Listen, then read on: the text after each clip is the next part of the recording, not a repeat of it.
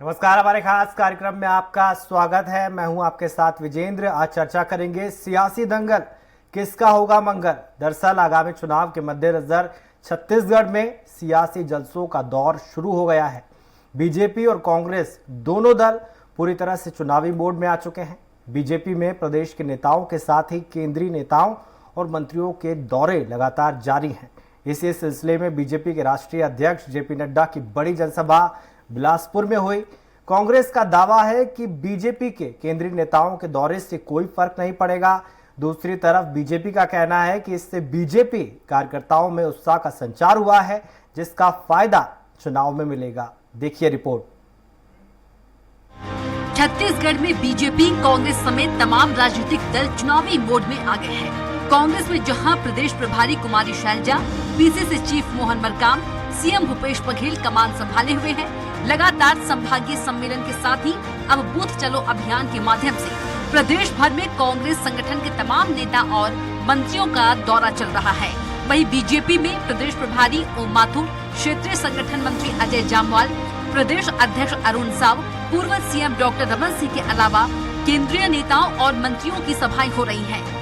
केंद्रीय गृह मंत्री अमित शाह का दुर्ग में सभा के बाद अब भाजपा का राष्ट्रीय अध्यक्ष जेपी नड्डा बिलासपुर में जनसभा में शामिल हुए। इसके अलावा 1 जुलाई को केंद्रीय रक्षा मंत्री राजनाथ सिंह का कांकेर में सभा है, जिसमें वे केंद्र में मोदी सरकार की 9 साल की उपलब्धियां बता रहे हैं। इसी कड़ी में खुद प्रधानमंत्री नरेंद्र मोदी 7 जुलाई को रायपुर आएंगे। एक बड़ी जनसभा में पीएम मोदी केंद्र सरकार की उपलब्धियों के बारे में जनता को बताएंगे। साथ ही प्रदेश के भूपेश सरकार की खामियां गिनाएंगे। आगामी चुनाव के लिहाज से बीजेपी के केंद्रीय नेताओं और मंत्रियों का दौरा काफी अहम माना जा रहा है। हालांकि कांग्रेस के मुताबिक इसका कोई खास असर पड़ने वाला नहीं है। जेपी नड्डा के दौरे पर मंत्री अमरजीत भगत ने तंज कसते हुए कहा कि जेपी नड्डा नहीं भर पाएंगे भाजपा का गड्ढा। भाजपा नेताओं को छत्तीसगढ़ की जगह मणिपुर पहले जाना चाहिए। केंद्रीय भाजपा के नेताओं के दौरे से कोई फर्क नहीं पड़ेगा। पूरे देश में भाजपा का ग्राफ गिरा है। मोदी जी के प्रति विश्वास में कमी आई है।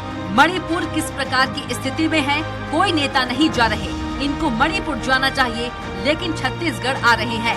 छत्तीसगढ़ में दूर दूर तक इनके लिए कोई संभावना नहीं है। आप जैसे मौसम जो है भटक करके कहीं जाना कहीं रहता है, कहीं जाना चला जाता है, वैसे ही इनको जाना मणिपुर चाहिए। आ जा रहे हैं लोग छत्तीसगढ़, तो मैं इनके लिए एक लाइन में कहना चाहूँगा कि जो नड्डा जी आ रहे हैं, चाहे जितने बार आ जाए नड्डा, छत्तीसगढ़ में नहीं भर पाएंगे भाजपा का गड्ढा। इनके ऊपर सटीक निकलता है। कांग्रेस के बयान पर पूर्व मुख्यमंत्री डॉक्टर रमन सिंह ने पलटवार करते हुए कहा, बीजेपी का अभियान चल रहा है। सभी नेता समाज के लोगों के साथ बातचीत करने आ रहे हैं।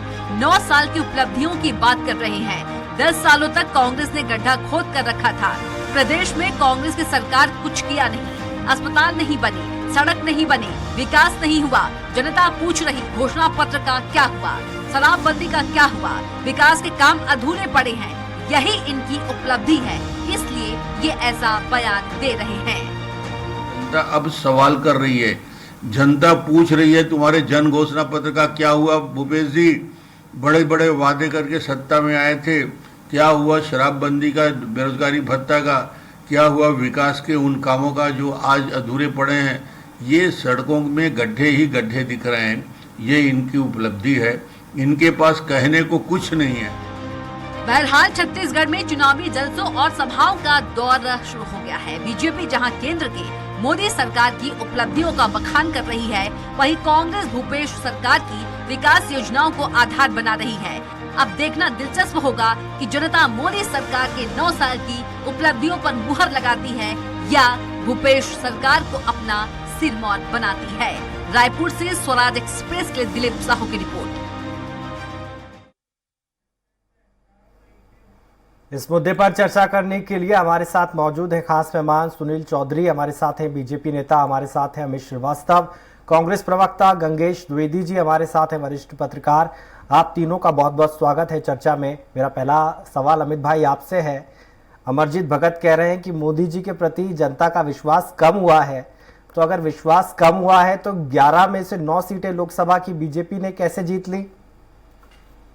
देखिए, अभी आपको मैं बताना चाहूंगा कि जब बीजेपी की सरकार 2014 में आई थी, उस समय अगर आप देखेंगे तो 21 राज्यों में उनकी सरकार थी और 26 सहयोगी दलों के साथ जी। और आज अगर आप देखेंगे तो 14 राज्यों में इनकी सरकार आ गई है और इसके बहुत से सहयोगी दलों ने भी बीजेपी साथ छोड़ दिया इनके अपने अहंकार के कारण। जनता दल ने साथ छोड़ दिया, शिवसेना ने इनका साथ छोड़ दिया, अकाली दल ने इनका साथ छोड़ दिया और देश में 32% इन्हें वोट मिला था और सहयोगी दलों के साथ मिला के 38.3% वोट इन्हें मिला था। इट मींस कि जो बचा हुआ वोट था वो देश में इनके पक्ष में नहीं था और 26 सहयोगी दलों के साथ इन्होंने सरकार बनाई थी जी। और अगर आप देखेंगे, आप लगातार कहते थे कि मोदी जी की सुनामी चल रही है, भाजपा की लहर चल रही है। अगर वो लहर चल रही थी तो पंजाब में क्यों नहीं चली? अगर वो लहर चल रही थी तो बंगाल में क्यों नहीं चली? अगर वो लहर चल रही थी तो हिमाचल में क्यों नहीं चली? कर्नाटक में नहीं चली? बिहार में नहीं चली? मध्य प्रदेश, राजस्थान, छत्तीसगढ़ में, महाराष्ट्र में क्यों नहीं चली? तो एक परसेप्शन बनाने का प्रयास लगातार करते थे और निश्चित तौर पे जब तक आप क्रेडिबिलिटी स्थापित नहीं करेंगे, मुझे लगता है जनता से आप जनमानस से दूर हो जाएंगे। लोगों की जो जेबों पे डाका डालने का इन्होंने काम किया, महंगाई पे कोई भी भाजपा का नेता बात करना नहीं चाहता। 1250 रुपए की गैस हो गई, उस पर कोई बात नहीं करना चाहता। लोगों के जेबों पे डाका डालने का जो लगातार काम कर रहे हैं, आज 120 रुपए किलो टमाटर हो गया है, लोग त्राहिमाम कर रहे हैं। थाली में जिस प्रकार से इन्होंने आग लगाई है, लोगों को खाते नहीं बन रहा है, उस पर भाजपा का कोई नेता बात नहीं करना चाहता, तो ग्राफ तो गिरेगा साहब। अगर आप जनता के ठीक है अमित भाई, आऊंगा आपके पास, समाधान नहीं करेंगे। ठीक है, मैं आऊंगा आपके पास। सुनील चौधरी जी, अमरजीत भगत कह रहे हैं कि जेपी नड्डा बीजेपी का गड्ढा भर नहीं पाएंगे, कैसे देखते हैं आप इसको? देखिए, अमरजीत भगत जी को बोलना चाहूंगा कि कांग्रेस सरकार में सड़कों में हर तरफ रहा गड्ढा और 4.5 साल चला इनका आपस का फड्डा। वो पूरा छत्तीसगढ़ की जनता देखी है कि इनके आपस के फड्डे कितने चले हैं और अभी जाकर के जब इनकी बातें जमी नहीं तो ये जाके दिल्ली में बैठ करके एक दूसरे से गले मिलके तो जरूर आ गए हैं और बाबा को टीएस बाबा को डिप्टी सीएम बना दिए, लेकिन जितना आपस में इन लोगों ने एक दूसरे को बेइज्जत किया, जितना नक विहीन दंत विहीन करने की कोशिश की, उसको छत्तीसगढ़ की जनता ने देखी है और उसका जो कहते हैं कि उसको भोगना पड़ा छत्तीसगढ़ की जनता को। छत्तीसगढ़ में शराब का घोटाला हो गया 2000 करोड़ का, कोयला का घोटाला हो गया 600 करोड़ का, चावल का घोटाला हो गया 5000 करोड़ का, गोठान में 1300 करोड़ रुपए का घोटाला हो गया, टीएमएफबी फंड में भी 700 करोड़ रुपए का घोटाला हो गया, पीएससी में युवाओं के साथ किस प्रकार का आप देखेंगे छल कर दिया गया, बंदर बाट कर दी गई। तो कांग्रेस के सरकार में क्या हुआ 4.5 साल में? जहां देखो लोकप्रियता के ग्राफ को पार करती हुई सरकार नजर आई है। इस सरकार में ना युवा खुश है, ना किसान खुश है, ना कोई वर्ग खुश है, ना ओबीसी खुश है, ना वंचित शोषित वर्ग खुश है, कोई वर्ग इनसे खुश नहीं है। ये सबके साथ छल करने का काम किया है, वादा खिलाफी। पर चौधरी जी, अगर इतना सब कुछ जनता में असंतोष है तो एक भी उपचुनाव आपने नहीं जीता। अगर जनता इतनी त्राहिमाम थी तो एक आध उपचुनाव तो जीतते ना 5 में से। उपचुनाव में किस तरीके का इन लोगों ने सरकारी मशीनरी का दुरुपयोग किया? खैरागढ़ के उपचुनाव में मैं स्वयं था, हम लोगों ने इनकी एम्बुलेंस पकड़ी जिसमें साड़ियां भरी हुई थी, जिसमें चुनाव में लोगों को प्रभावित करने वाले सामान थे। हम पुलिस को फोन करते रहे, 4 घंटा तक पुलिस ने आई। बाद में कांग्रेसी गुंडे आए, हम पर आक्रमण कर दिए, हमारे से मारपीट करना शुरू कर दिए, हमको लाठी डंडे से दौड़ाना शुरू कर दिए। तो इनका कैसा बंदर बाट? वहां चांदी की पायर आप बांट रहे हो, पैसे बांट रहे हो, एम्बुलेंस से भर के बांट रहे हो, वन विभाग की गाड़ी में भर के बांट रहे हो। कितना दुरुपयोग इन लोगों ने किया है, छत्तीसगढ़ की जनता देखी है। ठीक है चौधरी जी, आऊंगा आपके पास में जी। मैं रुक करूंगा गंगेश जी का। गंगेश जी, आप बीजेपी और कांग्रेस की राजनीति को सालों से कवर कर रहे हैं, देख रहे हैं पत्रकार के तौर पर, कैसे देखते हैं आप टीएस बाबा को? अगर 5 महीने पहले, 4 महीने पहले उप मुख्यमंत्री बनाया गया है तो इससे फायदा मिलेगा या कहीं ना कहीं संकट था पार्टी के अंदर?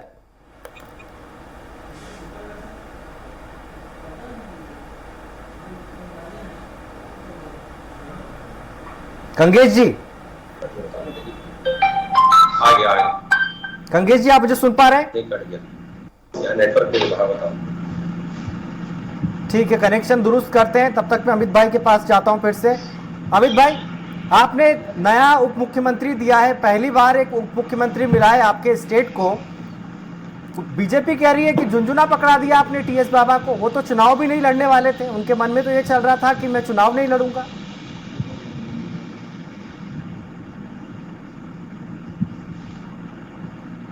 अमित भाई,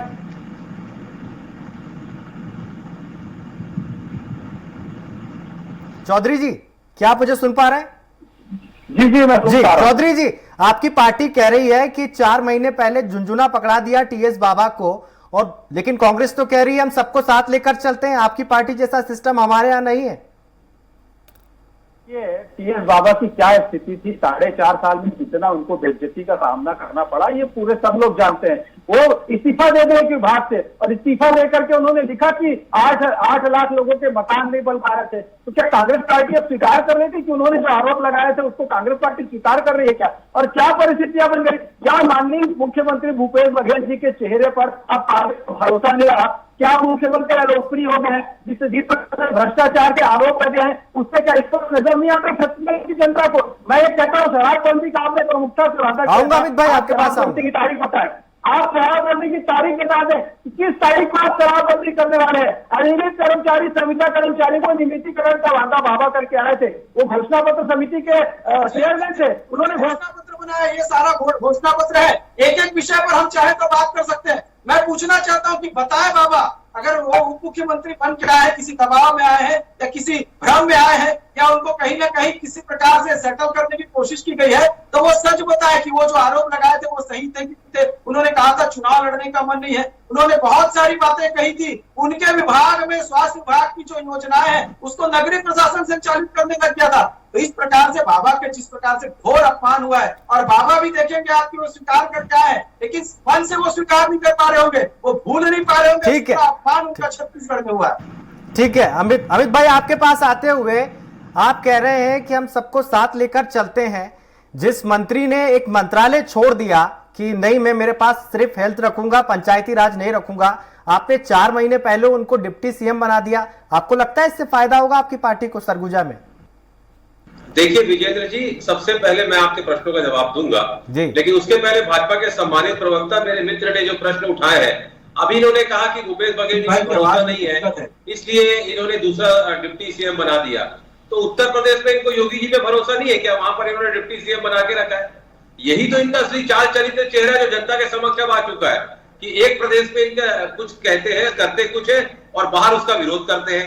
अब रही बात आपके प्रश्न का, तो मुझे लगता है कि मैं धन्यवाद देना चाहता हूं हाईकमान को, हमारी प्रभारी जी को, मुख्यमंत्री जी को और प्रदेश अध्यक्ष जी को, जिन्होंने भाजपा के जो 4.5 सालों से जितने भी प्रश्न थे उस पर सब में विराम लग गया है। और रही बात बाबा साहब की, तो बाबा साहब ने कल जिस प्रकार से कहा है कि मुझे सेवा का पार्टी ने अवसर दिया है, मेरे लिए सौभाग्य की बात है।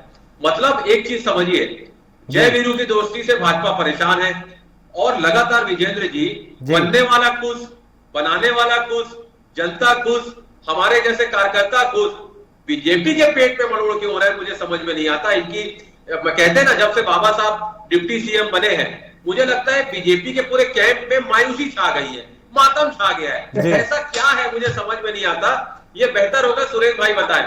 लेकिन मैं फिर आपके सुनील भाई बताया कि मैं वही चीज आपके माध्यम से कहना चाहता हूं कि हमने एक रणनीति के तहत, अब विधानसभा चुनाव की दौर चालू हो गया है जी। हम अपनी पार्टी में कुछ भी करें, लेकिन इन्होंने जिस प्रकार कहा था, ये लोग जैसे बाबा साहब ने कहा था कि कई नेता इनके संपर्क में है, मतलब छत्तीसगढ़ में हमने पहले भी कहा था ऑपरेशन लोटस फेल हो जाएगा।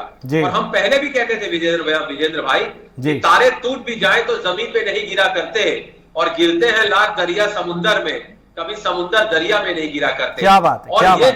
ये आऊंगा आपके पास अमित भाई, आऊंगा। मैं पहले ओपनिंग रिमार्क के लिए जाऊंगा गंगेश जी के पास। गंगेश जी, कांग्रेस कह रही है नड्डा जी आए, मोदी जी आए, राजनाथ जी आए, कोई फर्क नहीं पड़ने वाला है। ये जो दावा है कांग्रेस पार्टी का, कितना दम लगता है आपको इस दावे में गंगेश जी? हाँ देखिए, ऐसा नहीं है कि फर्क नहीं पड़ेगा, निश्चित तौर पर फर्क पड़ेगा। दोनों ही खाली अभी नड्डा जी के आने की बात नहीं है, लगातार पिछले 1 साल से केंद्रीय नेतृत्व भाजपा का दौरा कर रहा है छत्तीसगढ़ का। पिछले चुनाव का अगर हम परिणाम देखें तो पिछली बहुत ही बुरी हार हुई थी भाजपा की। उस हार को से वापस कम बैक करने का समय है ये भाजपा के लिए। और दोनों ही पार्टी के, और दूसरा कांग्रेस को अपना प्रदर्शन दोहराना है। कांग्रेस भी 75+ का दावा कर रही है, तो वो भी कुछ मतलब इतना बड़ा दावा भी कठिन है, इसको भी चेस करना कठिन काम है। तो ऐसा नहीं कि भाजपा जिस तरह से मेहनत कर रही है। अच्छा, पिछले चुनाव में जो परिणाम आए थे उसके बाद ये माना गया था कि भाजपा इसलिए हारी है क्योंकि उसके कार्यकर्ता फील्ड में काम नहीं किए थे। कांग्रेस जीती कभी, भाजपा हारी ज्यादा है, ये वाली बात आई थी, जो अंतर आया है भाजपा कांग्रेस के हार का। इस बार कार्यकर्ताओं को लेकर साल भर से मेहनत हो रही है, तो निश्चित तौर पर भाजपा के कार्यकर्ताओं में उत्साह है। केंद्रीय नेतृत्व आ रहा है, लगातार पूछ परख हो रही है कार्यकर्ताओं की। तो वो जो एक फ्लो बन रहा है, एक जो चुनाव मतलब प्रचार का जो दौर चल रहा है, जिस तरह से आक्रामक होकर भाजपा वर्किंग कर रही है फील्ड में, उसका तो फर्क पड़ेगा। और इन बड़े नेताओं के आने से और फर्क इसलिए पड़ेगा कि ये ये अपनी रणनीति लेके आएंगे, उनके मोटिवेशन से कार्यकर्ता उत्साहित होते हैं। दूसरी बात, कांग्रेस की इंटरनल गुटबाजी निश्चित तौर पर देखिए, इस बात कहना चाहूँगा कि बाबा को अभी जो उप मुख्यमंत्री बनाया गया है, स्पष्ट है 4 महीने में उनको कोई खास फायदा होने वाला नहीं है। लेकिन ये है कि जो अभी कल बैठक हुई थी परसों शाम को, उस बैठक में यह आया कि सरगुजा क्षेत्र के लोग खास तौर पर इस बात से नाराज हैं क्योंकि पिछले चुनाव में टीएस बाबा को वहाँ पर मुख्यमंत्री के रूप में प्रोजेक्ट किया गया था, और यही वजह कि 14 की 14 सीट कांग्रेस को चली गई थी जी। और पिछले लगभग साल भर से ये स्थिति आ रही थी, वहाँ पे जो वहाँ के मीडिया के जो पर्सन है वो है, और वहाँ के जो लोकल लोग जो बात बताते थे कि वहाँ पे कांग्रेस की स्थिति काफी बुरी स्थिति है, कई विधायकों की। ठीक है गंगेश भाई, आऊंगा आपके पास। सुनील जी, अमित भाई कह रहे हैं कि वो जादू नहीं रहा मोदी जी का जो पहले हुआ करता था। आपकी तो कई राज्यों से सरकार भी चली गई, ग्राफ भी गिर रहा है, वोट परसेंटेज भी गिर रहा है। ऐसे में छत्तीसगढ़ में कैसे बनेगी सरकार बीजेपी की? देखिए, मोदी जी का जादू कितना है ये तो पूरी दुनिया देख रही है। उनको ऑस्ट्रेलिया के जो है प्रधानमंत्री वो बॉस कहते हैं, लोग उनका राष्ट्राध्यक्ष है, बहुत सारे लोग उनका पैर छू रहे हैं, तो इससे समझ में आता है कि वर्ल्ड लीडर है। और मोदी जी के नेतृत्व में भारत नई ऊंचाइयों को प्राप्त किया है। और ये छत्तीसगढ़ की बात कर रहे हैं, छत्तीसगढ़ में इनको कितनी घबराहट है। देखो, ये भारतीय जनता पार्टी के कार्यकर्ताओं की सक्रियता से डर गए। जिस प्रकार से हम लोग बूथ बूथ जा रहे हैं, लोगों के घर घर जा रहे हैं, इनकी जो नाकामयाबियां है, इनकी वादा खिलाफी है, हमारी 15 साल की उपलब्धियां, मोदी जी से जो 9.5 साल में छत्तीसगढ़ को विकास की नई दिशा दी है या पूरे देश को लेकर के गए, उनको लेकर के जा रहे हैं। इनको कितना भय उत्पन्न हो गया, इनकी हड़बड़ाहट देखिए। बचपने में होता था, जब हम क्रिकेट खेलते थे तो कोई एक फास्ट बॉलर आ जाता था तो सामने वाले जो लोग डरते थे, कहते थे नहीं ये बहुत तेज बॉलर है, इसको बॉलिंग नहीं देंगे। तो उस प्रकार से कांग्रेस की स्थिति हो गई है। जब हमारे नेता आते हैं तो इनको डर, भय, घबराहट। अमित शाह जी आए तो इनको घबराहट उत्पन्न हो गई, नड्डा जी आ रहे हैं, राजनाथ जी आ रहे हैं तो घबराहट उत्पन्न हो गई। अभी तो बॉस आने वाले हैं, बॉस, जिनको ऑस्ट्रेलिया के प्रधानमंत्री ने कहा था ना बॉस, वो बॉस आने वाले हैं। आपको पता चलेगा, अरे आपकी क्या स्थिति है, आप हमारी गिनती कर रहे हैं। 2 प्रदेश में सरकार बच गई थी आपकी, विपक्ष के लायक नहीं थे केंद्र में, और यही भाजपा के छत्तीसगढ़ के कार्यकर्ता है। 15 साल खून चटाए थे आप लोगों को, 15 साल वो कार्यकर्ता जमीन पर उतर गया है, वापस संघर्ष कर रहा है। इस बार आपको देखना। पर सुनील भाई, कांग्रेस का कहना है कि वो तो आपने अजीत जोगी से साठगांठ की थी, इसलिए फायदा हुआ 15 साल आपको, आपकी अंडरस्टैंडिंग थी जोगी जी के साथ। भारतीय जनता पार्टी का कार्यकर्ता अपने दम पर लड़ाई लड़ता आया है और अपने दम पर लड़ेगा। और इस बार का आमने सामने सीधा है, इनको जवाब मिलेगा। ये तैयारी रख ले, हम तो तैयार हैं, हम तो मैदान में हैं। ये तो अपनी योजना बना रहे हैं, बैठक कर रहे हैं, दिल्ली में जाके गलबहियां करने की कोशिश कर रहे हैं। आइए इनकी प्रभारी हंटर लेकर के, वो ले जा करके उधर ठीक कर रही है दिल्ली में। छत्तीसगढ़ में मामला नहीं सुलझ रहा है, कितना डर और भय है। अरे आपस की लड़ाई से निकल लो। बाबा के ऊपर एक इनके विधायक मुख्यमंत्री के चहते हत्या का आरोप लगाते हैं, उसी बाबा के ऊपर जमीन हड़पने का आरोप लोग लगाते हैं कि फर्जी रजिस्ट्री करवा दी है, फर्जी तरीके से जमीन। ठीक है सुनील भाई, आऊंगा, इस पर जवाब ले लेते हैं अमित भाई से। जी अमित भाई, वो कह रहे हैं कि बॉस आने वाले हैं, तैयार हो जाइए आप। कितनी बड़ी चुनौती है बॉस का आना। देखिए, बॉस तो पिछले चुनाव में भी आए थे और 68 सीट हम जीते थे। बॉस तो मध्य प्रदेश भी गए थे, सरकार हमने बनाई थी। बॉस तो राजस्थान भी गए थे, हमने सरकार बनाई थी। तो इतना बॉस पे घमंड मत करिए। बॉस बंगाल भी गए थे और हारे थे, दिल्ली में भी हारे थे और महाराष्ट्र में भी बॉस हारे थे। तो मुझे यही कहना है कि जिस बॉस की आप बात कर रहे हैं, जनता जुमलेबाजी अब पसंद नहीं करती। कितने बार काट के हंडी चढ़ाओगे सर, कितने बार। और रही बात, अभी आप कह रहे थे कि हमारा कार्यकर्ता जमीन पे उतर आया है, नहीं आने वाला आपका कार्यकर्ता, जिसको 15 साल आपने ठगा है, जिसको छला है। और कार्यकर्ता आपसे रुष्ट है। उपाध्याय जी ने आपके यहाँ कहा था, जो प्रवक्ता हुआ करते थे, कि आपके यहाँ परिश्रम से नहीं परिक्रमा से पद मिलता है, उन्हें प्रवक्ता पद से हटा दिया गया। इसीलिए मैं कहता हूँ सुनील भाई कि पेड़ के कट्टे का किस्सा नहीं होता अगर कुल्हाड़ी में लकड़ी का हिस्सा नहीं होता। आज भी कार्यकर्ता आपसे रुष्ट है, आप लोग प्रदर्शन करते हो, कार्यकर्ता आता नहीं है। जी ठीक करवाते हैं सर। चुके हो, जनमानस से कोसों दूर जा चुके हो। और रही बात, आपको अपने 15 साल के कामों पे विश्वास नहीं है, बॉस को बुला रहे हो। अरे गुजरात मॉडल यहाँ पर पेश करना चाहते हो, हो जाए, दो हाथ हो जाए, बुला लीजिए बॉस को। छत्तीसगढ़ मॉडल और गुजरात मॉडल की हो जाए एक बार। और पिछले बार हमने पटकनी दी थी आपके बॉस को, इस बार छत्तीसगढ़ की जनता के आशीर्वाद से फिर पटकनी देंगे। आपके एक बॉस ने चरोदा में कहा था अब की बार 65 पार, और जनता ने 68 हमारे को पहुंचाया था। जिस बॉस को बुलाना है बुला लीजिए। छत्तीसगढ़ की जनता कांग्रेस के साथ है, और छत्तीसगढ़ की जनता अब आपके बहकावे में नहीं आने वाली। 15 साल का कुशासन, कट, कमीशन और करप्शन उन्होंने देखा है, इसलिए 15 साल बेमिसाल 14 सीटों में लाके छोड़ा था आपको। ठीक है गंगेश जी, आपने दोनों को सुना, बीजेपी के प्रवक्ता को, कांग्रेस के प्रवक्ता को। एक बोल रहा है कि बॉस आने वाले हैं, तैयार हो जाइए, आपका सामना उनसे होने वाला है। कांग्रेस पार्टी कह रही है कि बॉस के आने से कोई फर्क नहीं पड़ेगा। तो नरेंद्र मोदी 2023 के विधानसभा चुनाव में कितना बड़ा फैक्टर है छत्तीसगढ़ में? यहाँ की जनता के ऊपर जाना चाहूंगा। पिछले चुनाव का हमने जो परिणाम देखा है जी, उसमें 68 सीट कांग्रेस को दिया था हमने, उसका लगातार कांग्रेस उपचुनाव में भी जीतती आ रही है। तो मेरा कहना यह कि यहाँ की पब्लिक बहुत अच्छे समझती कि विधानसभा चुनाव में स्थानीय मुद्दे चलेंगे जी। तो उसमें हाँ, लेकिन मोदी जी के आने का फर्क लोकसभा चुनाव में पड़ सकता है, क्योंकि इसके जो अभी जो तैयारियां चल रही है दोनों ही पार्टियों की दिल्ली के स्तर पे, वो विधानसभा के साथ लोकसभा के चुनाव की तैयारी है। और ये जो केंद्रीय नेतृत्व के दौरे हो रहे हैं छत्तीसगढ़ में या अन्य राज्यों में भी, उसके पीछे भी दोनों कारण है, विधानसभा के चुनाव के साथ साथ लोकसभा की तैयारी भी। तो विधानसभा में निश्चित तौर पर सबसे पहली बात तो यहाँ के किस तरह के मुद्दे भी भाजपा उठा रही है। दूसरा प्रत्याशी चयन, क्योंकि यहाँ की जनता का मैंने देखा है कि अगर पिछली बार जो एक हार का बड़ा कारण प्रत्याशी चयन भी था भाजपा का। पहली बार हमने देखा था कि छत्तीसगढ़ में 35 सीटों पर भाजपा कार्यालय में प्रत्याशी चयन के बाद प्रदर्शन हुआ था, और इसके बाद जो परिणाम आया वो भी हमने देखा है। तो इसको देख प्रत्याशी चयन दोनों पार्टियों को इस बार मायने रखेगा। और यही बड़ी वजह थी कि जैसे रमन सिंह कोई बहुत बुरा चेहरा नहीं थे, रमन सिंह आज भी उनका बहुत ज्यादा इतनी नहीं है कि मतलब उनको एकदम से नकारा जा सके भाजपा में, लेकिन जो प्रत्याशियों का चयन हुआ वही चेहरे पुराने रिपीट हुए थे भाजपा में, उसकी वजह से जनता ने पलट के वोट दिया, और उसके 4 महीने बाद फिर लोकसभा में उनको जिताया। तो ये जो जनता का मूड है छत्तीसगढ़ का, ये बहुत मायने रखेगा। और जितने अच्छे से मैसेज दोनों पार्टियां दे पाएंगी, जो पार्टी ज्यादा अच्छे से कनेक्ट कर पाएगी जनता को, वो फिर से जीतेगी। ठीक है, ठीक है, आऊंगा आपके पास दोबारा, बीजेपी नेता के पास जाऊंगा मैं। चौधरी जी, कांग्रेस ने तय किया है 75+, आप तो सीएम फेस भी नहीं दे पा रहे, तो ये तो बता दीजिए कि कितने प्लस आने वाली है आपकी सीटें?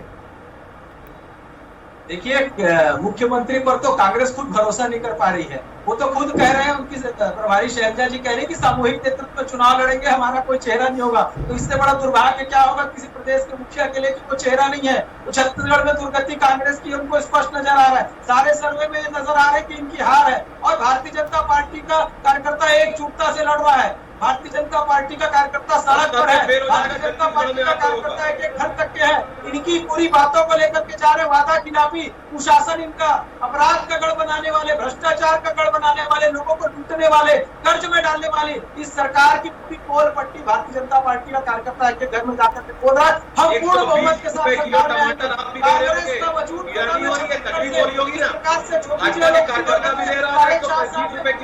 सरकार के ग्राफ को पार करनी है। अब इनकी सरकार लौट करके नहीं आने वाली है। एक्सपायरी डेट है 2023 कांग्रेस की छत्तीसगढ़ में। छत्तीसगढ़ में जो दुर्गति हुई है उस दुर्गति को हर गिरफ्तार में चाकू, छुरी, हत्या, बलात्कार, लूट, आत्महत्या के मामले युवाओं के साथ आप देखेंगे उनकी। ठीक है, ठीक है चौधरी जी, इस पे जवाब ले लेते हैं अमित भाई से। अमित भाई, छोटा सा कमेंट, समय की कमी है इसलिए। शैलजा जी कह रही हैं कि सामूहिक नेतृत्व में चुनाव लड़ा जाएगा, बीजेपी भी यही कह रही है कि हम भी सामूहिक नेतृत्व में चुनाव लड़ेंगे, तो फिर अंतर क्या रह गया आपकी 5 साल की सरकार का? देखिए, 5 साल का हमारा काम है, और सामूहिक नेतृत्व कोई भी पार्टी में लोकतांत्रिक प्रक्रिया से होता है। इनके यहाँ तो 2 लोग फैसला लेते हैं कि बदल दो सीट, बदल दो कैंडिडेट, पार्टी के यहाँ तो कोई मतलब रखता नहीं, कार्यकर्ता इनके साथ बैठ की आवाज ही नहीं है। विलीन हो चुकी बीजेपी छत्तीसगढ़ में विजेंद्र भाई पूरी तरीके से अटकी भटकी लटकी नजर आती है। और मैं तो आपके माध्यम से एक निवेदन करना चाहता हूँ, सुनील भाई से मेरे अच्छे मित्र हैं, आप अपने बॉस को मणिपुर क्यों नहीं भेजते? मणिपुर भेज दीजिए, वो ज्यादा जरूरी है। ठीक है। आप तीनों मेहमानों का बहुत बहुत शुक्रिया चर्चा में भाग लेने के लिए। सुनील भाई आपका बहुत बहुत शुक्रिया, अमित भाई आपका बहुत बहुत शुक्रिया, गंगेश जी आपका बहुत बहुत शुक्रिया। 2018 में बुरी तरह हारी बीजेपी के पास खोने के लिए कुछ नहीं, लेकिन पाने के लिए सब कुछ है। दूसरी तरफ कांग्रेस के सामने फिर से सत्ता में आने की चुनौती है। बीजेपी को मोदी मैजिक पर एतबार है, तो कांग्रेस को पूरा भरोसा है सरकार तो उसकी ही आने वाली है। लेकिन जनता चुपचाप सारा खेल देख रही है, किसने काम किया और किसने नहीं वोटर सब जानता है। खैर, आज हमारे खास कार्यक्रम में इतना ही। आप देखते रहिए स्वराज एक्सप्रेस। नमस्कार।